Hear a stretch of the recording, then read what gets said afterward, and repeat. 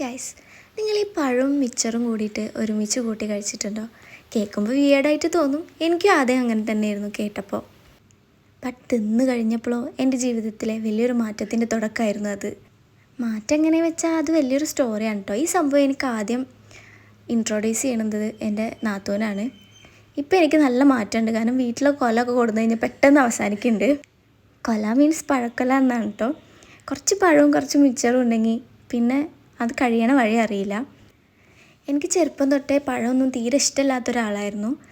ഇങ്ങനെ കഴിച്ചോക്കിയപ്പോൾ എനിക്ക് ഭയങ്കര മാറ്റമുണ്ട്. ഇപ്പോൾ എനിക്ക് ഭയങ്കര ഇഷ്ടമുള്ളൊരു സാധനമാണ് ഈ പഴം. ഇതിപ്പോൾ നമ്മൾ കട്ട് ചെയ്തിട്ടൊക്കെ ഇടുന്നത് ഈ വീഡിയോയിൽ കാണിക്കാനുള്ള വെറും പ്രഹസനം മാത്രമാണ്. ശരിക്കും ഇതെങ്ങനെ കഴിക്കേണ്ടതെന്ന് ഞാൻ നിങ്ങൾക്ക് പറഞ്ഞു തരണ്ടല്ലോ. അപ്പോൾ ഇങ്ങനെ കഴിച്ചിട്ടുള്ളവരൊക്കെ ഒന്ന് കമൻറ്റ് ചെയ്യുക. അതുപോലെ തന്നെ ഇതുപോലത്തെ വിയേർഡായിട്ടുള്ള കോമ്പിനേഷൻസ് ഉണ്ടെങ്കിൽ ഒന്ന് കമൻറ്റ് ചെയ്യുക. നോക്കട്ടെ എത്രത്തോളം ഉണ്ടെന്ന്.